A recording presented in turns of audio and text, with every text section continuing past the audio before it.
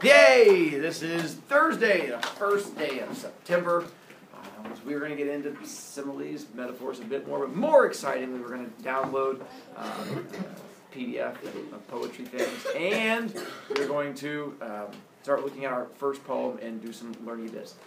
So we have a quiz tomorrow, so make sure, by the way, I am disappointed in this class because I have been working in a random mistake onto my first screen, and I try to change the mistake each day from day to day. Yesterday I spelled Tuesday with 2 S's, and no one caught it until my 7th period, even though I mocked them for some of their issues. They were the first class to catch that. Oh, E&E? Yesterday was Wednesday. So obviously I spelled it really wrong. So I guess it was Tuesday I did that. Tuesday was the other one. And then today, still look at that. Already another mistake. Whew. It's already a long Friday. Yes? Tomorrow is spelled wrong. Nice done. I know today's not Friday. I was messing with you again. But yeah, I spelled tomorrow wrong.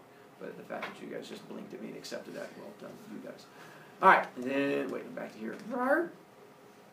Focus again. You're going to need to have either Notability or Paperport, or we're going to try and see if OneNote works, but you're going to have an app that you can write on.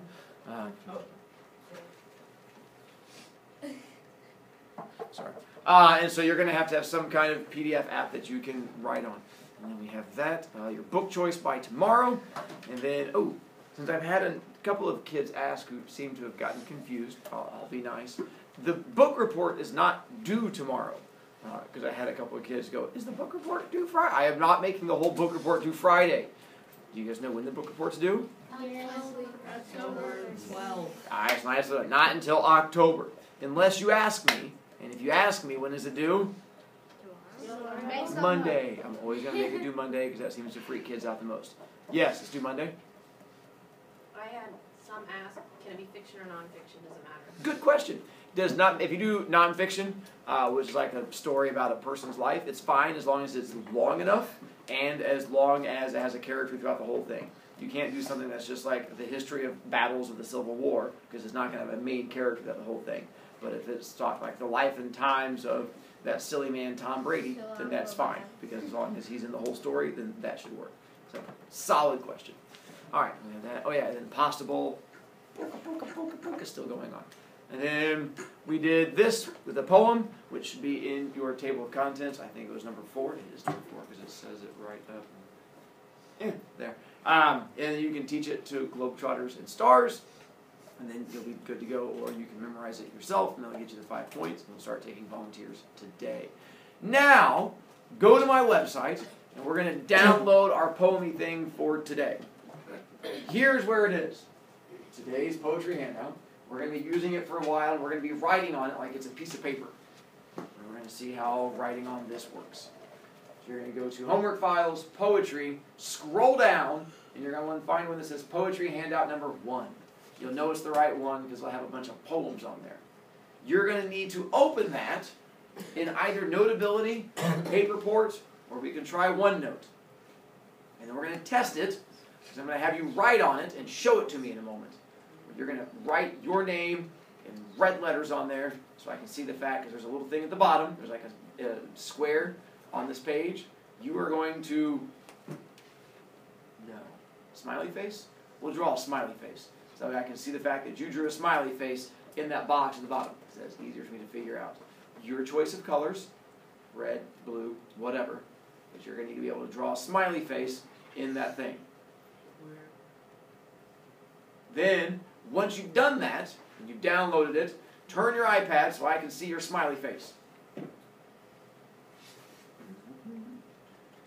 Good. And then keep it turned to me because I keep looking.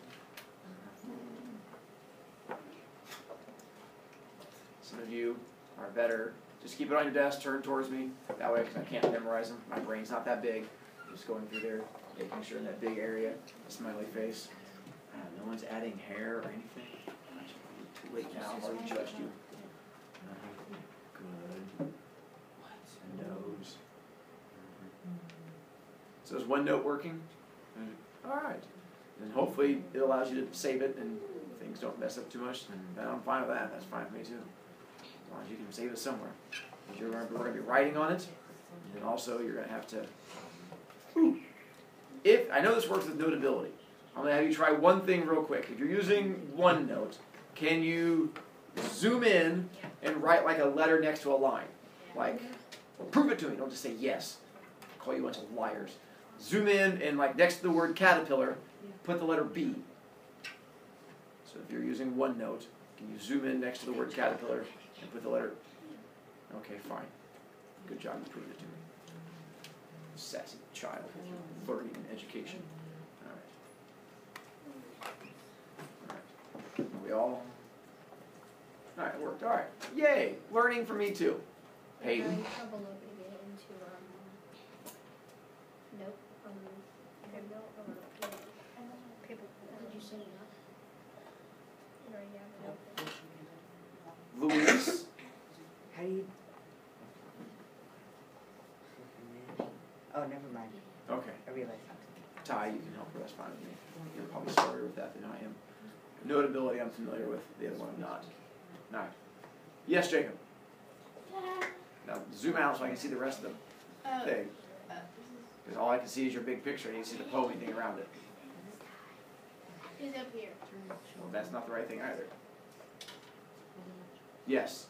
When I try to put out with paper port notes, when I click the box with the arrow, there's nothing that says I can open paper port notes.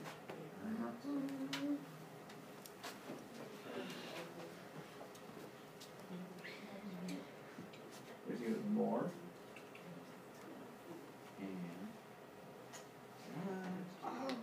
At the top of the screen. Teach. I know. For those of you at home, not the most excited, you can probably fast forward a moment to like you see me waving my hand and we're good to go. When the screen changes, that's when we've moved on to the new thing. Did he teach you? He's amazing. All right. Has everyone gotten to that point?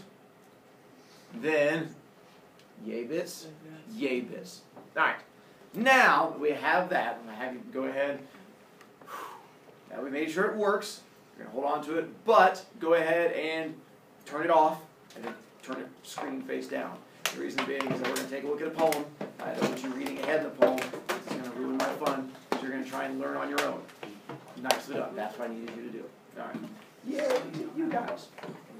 All right. What we're going to do is see how well we can do this thing called thinking. We're going to take a look at a poem called One of the Seven Has Somewhat to Say. It's going to introduce to you this thing called a speaker in a poem. You guys have read stories, and oftentimes in stories they have characters. They have what are called first person. If you've ever done like the Harry Potter books or something like that, where it has the main character talking to you saying, I'm running around, that's first person. Poems have a first person view also, where it is called a speaker in a poem. It is a character that is talking to you. It is not written by, it's not supposed to be the poet talking. This poem is written as if it is a speaker talking to you. It is going to be a character. It is a character from a story that you all know. You just don't realize you know it yet. But soon, you're going to have this moment where your brain goes, aha! When your brain has that aha moment, don't tell other people what it is. Because I want them to have that same aha moment. And this might be the only time they learn all year. And if you steal it from them, you're stealing the knowledge from them. What we're going to do is try and help guide them. So the speaker is going to be the character of the poem talking to us. Ooh. And then, should I? I shall. All right. I lied. Turn your iPad back on. I know, learning. Take a look at that sheet. And I think there's a poem called Caterpillar. Over to, no, Mayday, over to the left. You see the poem called Mayday, over to the left? Or is there Caterpillar to the right? Here. Let's do Caterpillar, which is over to the right. Just scroll over so that you can see it. Do you know what a stanza is? Yes, a paragraph. Ooh. What is it? A paragraph. Is correct. A stanza is a paragraph in a poem. Here's the problem.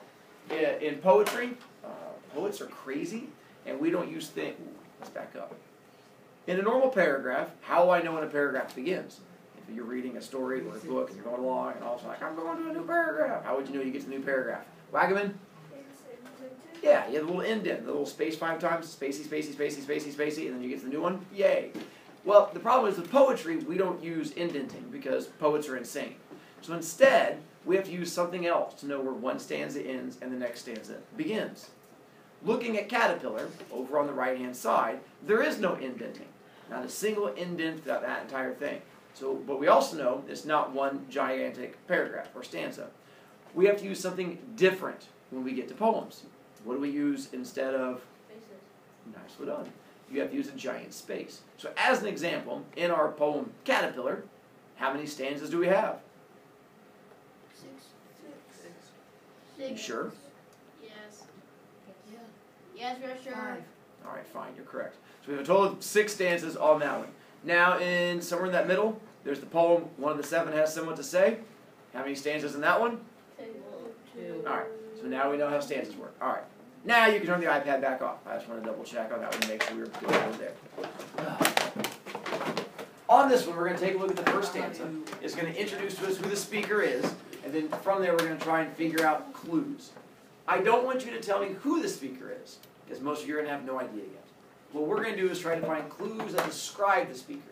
Can you tell me, is the speaker a boy or a girl? Not yet. You try and learn yet. Can you figure out what the speaker looks like? Can you figure out the speaker's job? So boy, girl, what they look like, and their job. So at least we'll use those as baby steps. I'm going to have Peyton has volunteered. Peyton's very nice to read the stanza first. And so after she reads it, I will read it because with poetry, repetition is good. So she's going to read it one time, and then I'm going to read it, and then we're going to try and find those examples. All right, Peyton, go for it. Okay. Remember how it was before she came? The picks and shovels dropped beside the door, and sink piled high, meals any old times. Our jackets were flung were flung then on the floor. Mud tracks in the clutter of the cloth shelves. None of us shaved, more than halfway clean. Just 7 old bachelors living by ourselves. Those were the days, if you know what I mean. Thank you very much, Peyton.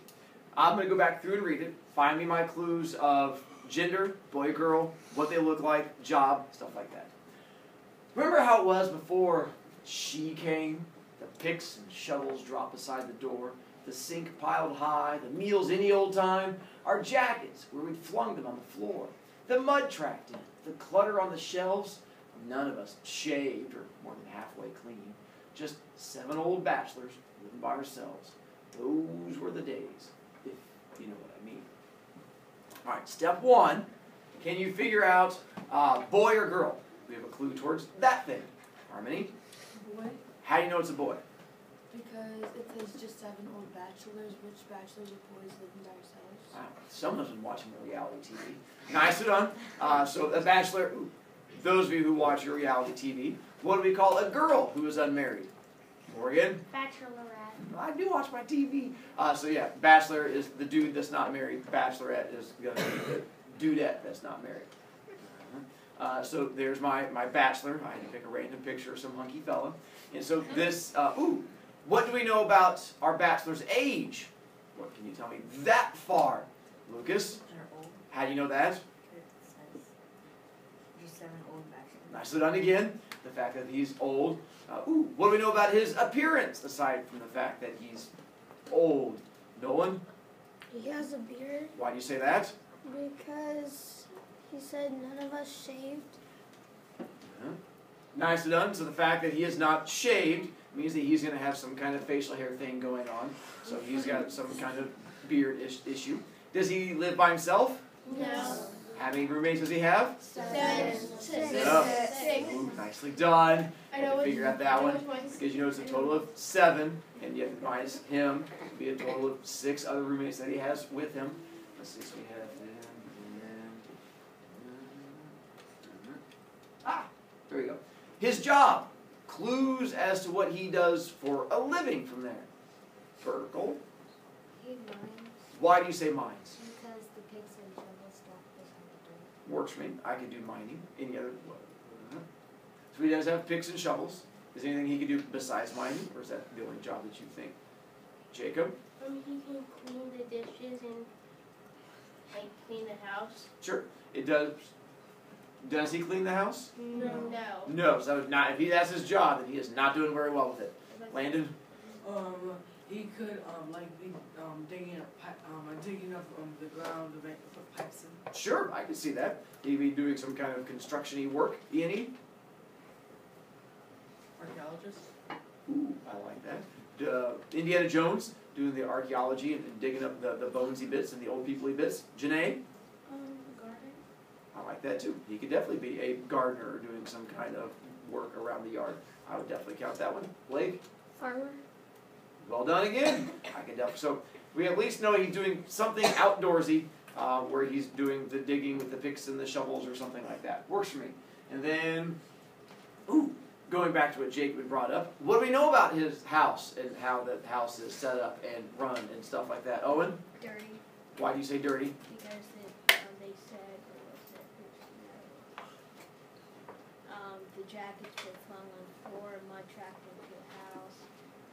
Well done. So we have mud tracked in, clutter on. You guys know what clutter is? Yeah, like trails and all that stuff. Mr. Brovicast, you should see my room. I don't have to. I can see the floor beneath your desk. And so he has the clutter everywhere from there. Peyton? Sounds like an old house. Why do you say that? Because they say they're old bachelors And guys live in old houses? I'm not saying you're wrong. I'm just making sure you think through your answer, because I'm an old person.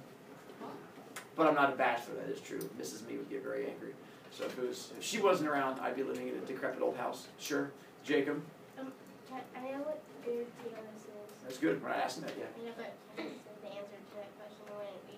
Well, we're not there yet. And then from here again, let's see. The clutter, picks and shovels, sink. Oh, sink piled high means A lot of dishes. works for me. The fact that we have stuff piled everywhere. Definitely not the cleanest fellow from there. Then, let's see. Alright. Stanza 2. He's going to tell us a bit more from there. Thankful. Thanks for volunteering. I'm very thankful. Have you read this one, and then I'll read it. On this one, he is introducing a new character. That I know it disappeared. That way you can't try and read ahead. I don't want you guys learning on your own, you horrible children, so I make it go away. He is introducing another character who is coming in. And I'm curious to see how is he reacting to this other character. Does he like this person? Not like this person? What does the other person do to make his life better, make his life worse? Stuff like that. Thankful. Go for it. She scrubs, she sweeps, she even dusts the ceilings. She made us build a tool shed for our stuff. Dinner's at 8, the table setting's formal, and if I weren't afraid I'd hurt her feelings, I'd move until we get her married off, and things can gradually slip back to normal. Nicely done. She scrubs, she sweeps, she even dusts the ceilings. She's made us build a tool shed for our stuff. Dinner's at 8, table setting's formal.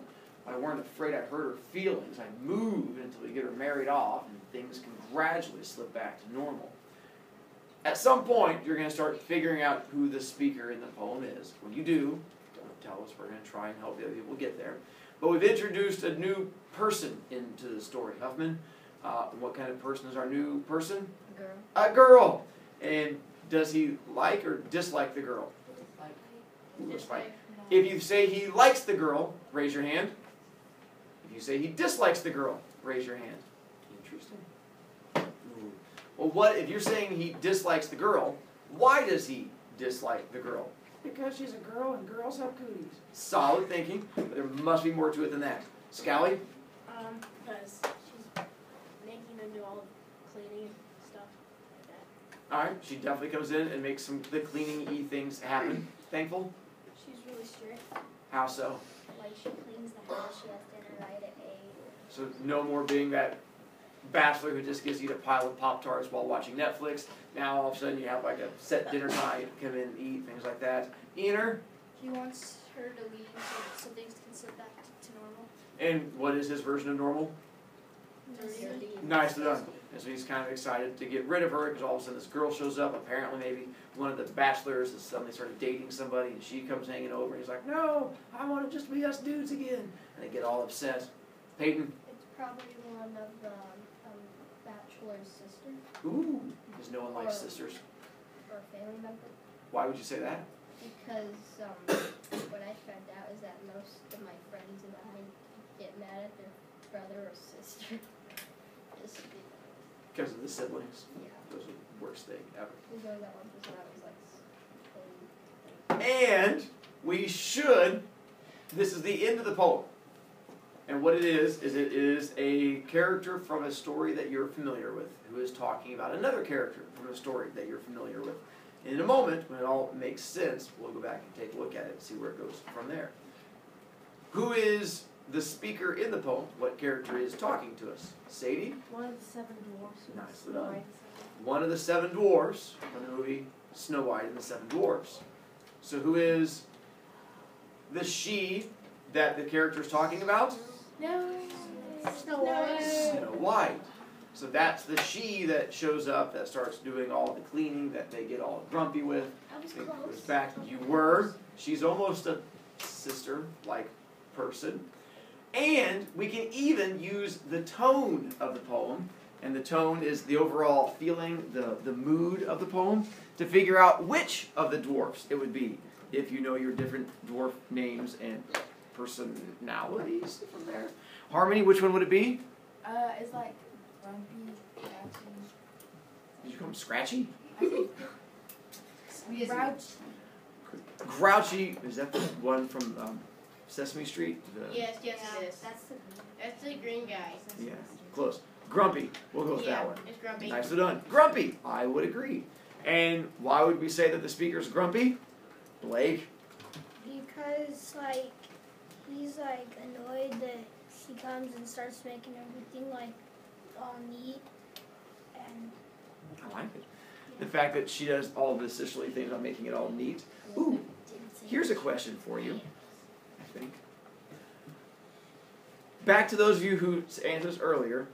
Does the speaker, Grumpy, hate the girl? Raise your hand if you say he hates the girl. Raise your hand if you say he doesn't hate the girl. Where's your evidence in the poem, not using the movie, where's your evidence in the poem that he does not hate the girl? Floral? It says, and if I weren't afraid I'd hurt her feelings. Nicely done. Because if you don't want to hurt someone's feelings, is where you're trying to make them happy. If you do want to hurt their feelings, it's where you make fun of their shoes and then you laugh while they cry. He does not want to hurt her feelings, so he's trying to be nice. Ooh, he does hate something. It's not her that he hates, but there is definitely something that he is unhappy with and grumpy towards. Janae? Nicely done. He is all grumpy and unhappy towards the cleaning and stuff like that. Now, what I'm going to have you do is go back to the iPad, and we're going to write down where you had that smiley face, erase the smiley face, and you're going to write down 2 things to help you out later. You're going to write down the word speaker and grumpy. Right below that, where you have that little gappy area, you're just going to write down speaker and grumpy, because the speaker was grumpy. And hopefully that's where you can write with your finger. Sometimes you can even type it. If you have the little typey bits, you can do typey bits. But in that little gappy area. This way it will help you remember later on, when we come back and talk about it, you remember that the speaker and the speaker's grumpy.